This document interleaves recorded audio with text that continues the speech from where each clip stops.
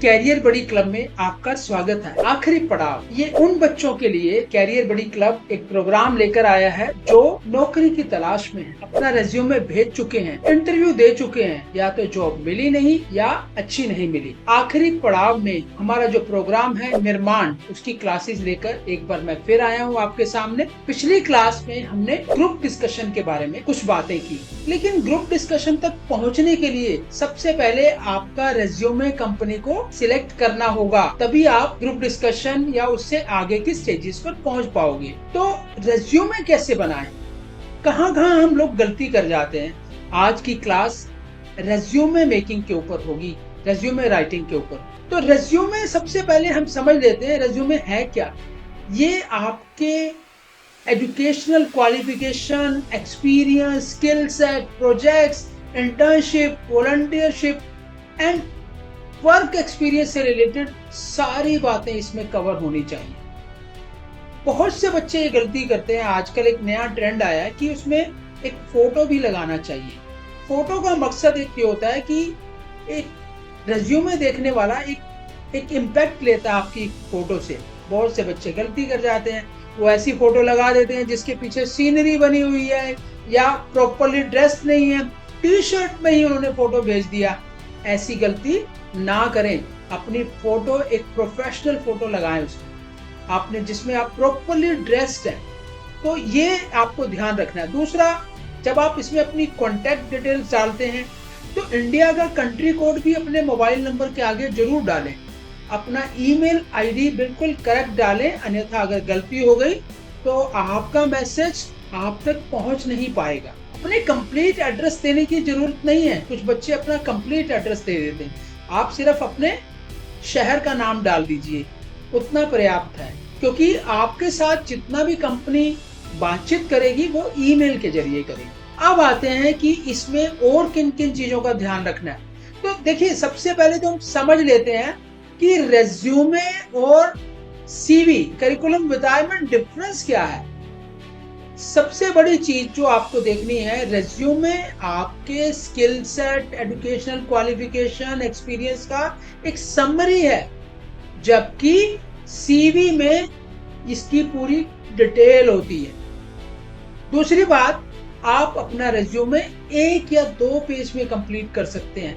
Ideally अगर आप इसे 1 पेज में कंप्लीट कर पाते हैं तो बहुत अच्छी बात, लेकिन किसी वजह से आपकी जानकारी और रेलेवेंट जानकारी अच्छी है और आप 2nd पेज तक इसको लेके जा रहे हैं तो आप ले जा सकते हैं। 1.5 पेज भी का रेज्यूमे भी आप बना सकते हैं, जबकि सीवी में आपको पूरी डिटेल जानकारी देनी होती है।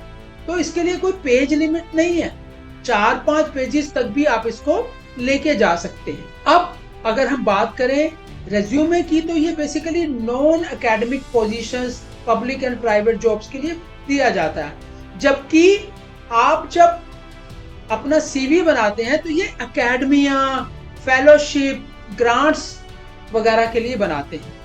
सीवी में एक पूरा क्रोनोलॉजिकल ऑर्डर होता है, एक तरीके से सारी चीजें लिखी जाती हैं। तो ज्यादातर जगह हम जब नॉर्मल जॉब्स के लिए अप्लाई करते हैं तो हमारा काम रेज्यूमे से हो जाता है।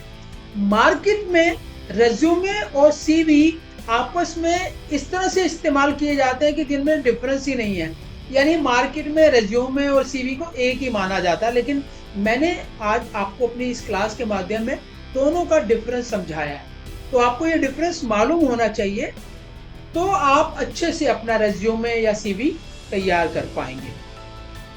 तो जब आप अपना सीवी तैयार कर रहे हैं तो आपको कुछ और बातों का ध्यान रखना है, जैसे कि आपका रेज्यूमे प्रिसाइज होना चाहिए, उसमें बहुत ज्यादा डिटेल्स डालने की कोशिश ना करें, ये प्रॉपरली ऑर्गेनाइज्ड हो। इसमें अचीवमेंट जरूर लिखें, अचीवमेंट रेलेवेंट भी हो सकती है और नॉन रेलेवेंट भी हो सकती है। कभी कभी आपकी नॉन रेलेवेंट अचीवमेंट इतनी अच्छी होती है कि जो कि एचआर को अट्रैक्ट कर लेता है कि इस इंसान ने ये अचीवमेंट भी किया है, नेशनल लेवल पे, स्टेट लेवल पे या ग्लोबल लेवल पे, इंटरनेशनल लेवल पे, तो वो भी आप अपने रेज्यूमे में जरूर मेंशन करें। हाँ, क्या मेंशन नहीं करना, कई बार आप एब्रीविएशन लिख देते हैं, आपको पता है वो एब्रीविएशन का फुल मीनिंग क्या है, पर जरूरी नहीं कि ये एचआर को मालूम हो। और ये भी तो संभव है एक ही एब्रीविएशन की अलग अलग फुल फॉर्म हो, तो इससे कंफ्यूजन क्रिएट हो सकता है। तो आपको ये ध्यान रखना है कि एब्रीविएशन ना डालें, या अगर बार बार वो शब्द आ रहा है तो कम से कम एक बार उसकी फुल फॉर्म जरूर डाल दें। अपने नेगेटिव पॉइंट्स को ना लिखें। भैया रेज्यूमे के माध्यम से आप कर क्या रहे हो? आप अपने आप को सेल कर रहे हो। तो सेल करते समय क्या आप अपने वीक पॉइंट्स बताना चाहेंगे?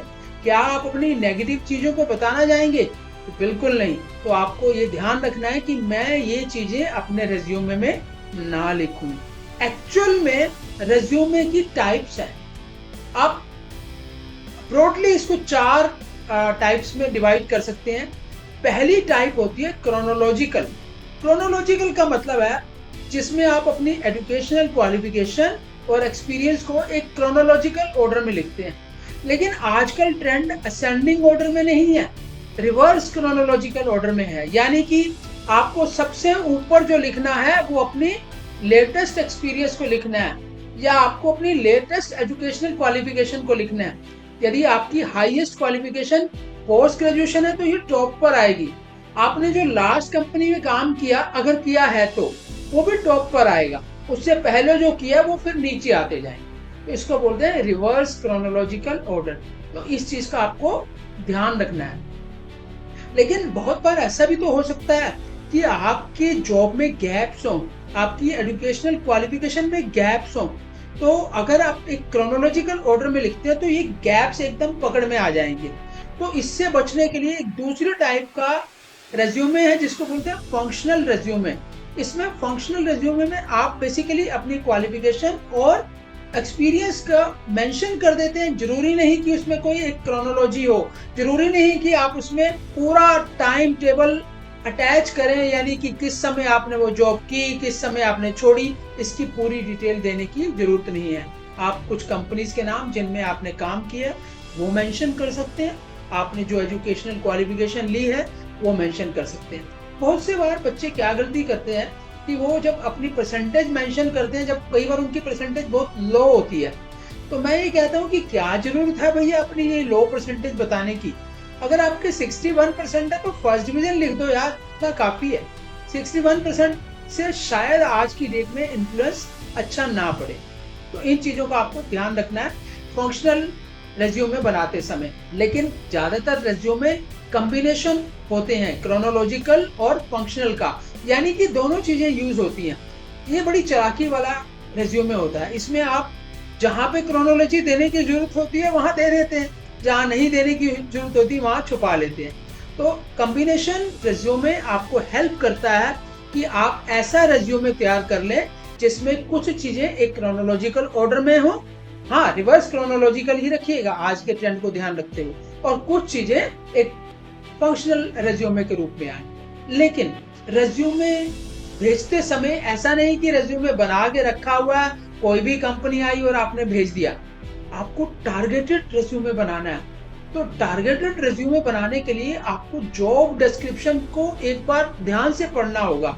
कंपनी क्या चाह रही है? आपके पास एक बहुत बड़ा स्किल सेट है, मान लीजिए आप टेक्निकली भी जानते हैं, कुछ और चीजें भी जानते हैं, तो बेटर ये रहेगा कि आप अपने उस रेज्यूमे को एक टारगेटेड रेज्यूमे के रूप में बनाएं। उसमें वो चीजें मेंशन करें जो जॉब डिस्क्रिप्शन में रिक्वायर्ड है, जिस तरह का प्रोफाइल कंपनी मांग रही है। इसे बोलते हैं टारगेटेड रेज्यूमे। तो ये आप जरूर ध्यान रखें कि मैं किस तरह का रेज्यूमे बनाकर भेज रहा हूँ। तो रेज्यूमे बनाने के बाद भेजते समय आपको कई बार ये होता है कि मैं इसे ईमेल पे भेज रहा हूँ। तो ईमेल पे बहुत से बच्चे बहुत भारी गलती करते हैं। रेज्यूमे तो बना लिया, पीडीएफ फॉर्मेट में भेजें। हाँ, ये चीज मैं और आपको बताना चाहूंगा, जब भी आप रेज्यूमे भेज रहे हैं वो पीडीएफ फॉर्मेट में भेजें, उसे वर्ड या किसी और फॉर्मेट में ना भेजें। अन्यथा जरूरी नहीं कि वो आपका रेज्यूमे प्रॉपर फॉर्म में वहां पे खुल पाए। रेज्यूमे फाइल का नाम भी ढंग से दें। आपका रेज्यूमे अकेला नहीं है जो एचआर के पास आ रहा है, उसके पास हजारों रेज्यूमे आ रहे हैं। तो आप उसमें रेज्यूमे फाइल का नाम लिखे अंडरस्कोर अपना नाम लिख सकते हैं। तो ये चीजों का आपने ध्यान रखना है रेज्यूमे को भेजते हुए। फिर मैं बता रहा था कि जब आप ईमेल पे भेजते हैं तो बच्चे क्या गलती करते हैं, अपना रेज्यूमे उठाया, अटैच किया और भेज दिया बिना कुछ लिखे। नहीं, ये सही तरीका नहीं है। इसको एक कवर लेटर की फॉर्म में भेजना चाहिए। कवर लेटर को भेजते समय आप अपने रेज्यूमे को अटैच तो करेंगे ही करेंगे, साथ ही साथ आप उसमें सब्जेक्ट में लिखेंगे कि आप अपना रेज्यूमे भेज रहे हैं, किस लिए भेज रहे हैं। तो आप उसमें मेंशन ये कर सकते हैं कि ये जानकारी आपको कहाँ से मिली। उस जानकारी मिलने के बाद आप एक दो लाइन में अपना एक्सपीरियंस और अपना एजुकेशनल क्वालिफिकेशन लिख सकते हैं। यहाँ पे डिटेल नहीं देनी, यहाँ पे सिर्फ हाईएस्ट क्वालिफिकेशन या लेटेस्ट एक्सपीरियंस लिख दीजिए। डिटेल तो आपके रेज्यूमे में आ ही चुकी है। और फाइनली आप एक लाइन में लिख सकते हैं कि हाँ, मैं अपना रेज्यूमे भेज रहा हूँ और आई एम होपिंग कि आप इसको ध्यान से देखेंगे और मुझे एक अपॉर्चुनिटी देंगे। तो ये कवर लेटर जब आप बना के भेजते हैं और साथ में विद बेस्ट रिगार्ड्स अपना नाम, टेलीफोन नंबर, अगेन ये लिखना मत भूलिए, +91 जो इंडिया का कंट्री कोड है वो जरूर लगाएं। तो ये जानकारी के साथ आप भेजेंगे तो आपको रेज्यूमे सिलेक्ट हो जाएगा और आप फिर आप इंटरव्यू के लिए या ग्रुप डिस्कशन के लिए सिलेक्ट हो पाएंगे। तो ये छोटी छोटी चीजें हैं जिसका आपको रेज्यूमे भेजते हुए ध्यान रखना है। रेज्यूमे के बारे में आपके मन में और भी बहुत सारे प्रश्न होंगे, या आप चाहेंगे कि रेज्यूमे बनाते समय मैं आपकी मदद करूं, हम मिलकर एक अच्छा रेज्यूमे तैयार करें। इसके लिए आप मेरी कल की क्लास बुक कर सकते हैं, यानी कि थर्सडे 6 PM। पूरी जानकारी के लिए आप हमारी वेबसाइट पे जा सकते हैं। आप डिस्क्रिप्शन में दिए गए लिंक पर क्लिक करके पूरी जानकारी उपलब्ध करा सकते हैं और साथ ही साथ क्लास को बुक कर सकते हैं। इतना ही नहीं, आप CBC के किसी भी प्रोग्राम या बाकी क्लासेस को आप ज्वाइन कर सकते हैं, बुक कर सकते हैं। इसकी पूरी जानकारी डिस्क्रिप्शन में दिए गए लिंक पर है। लेकिन रेज्यूमे जो आपने बना लिया, पर कौन सी कंपनी के लिए अप्लाई करना है, कैसे अप्लाई करना है और कंपनियां ढूंढनी कैसी हैं, इसके लिए हमारे पास एक बहुत अच्छा माध्यम है जिसको बोलते हैं लिंक्डइन। तो लिंक्डइन प्रोफाइल कैसे बनाना है, उससे जॉब्स को कैसे ढूंढना है, कनेक्शंस कैसे इस्टेब्लिश करने हैं और अपने आप को लिंक्डइन पे कैसे प्रेजेंट करना है, इसकी पूरी जानकारी लेने के लिए आप मेरी अगली क्लास देखना बिल्कुल ना भूलें। Thank you very much. Bye for now.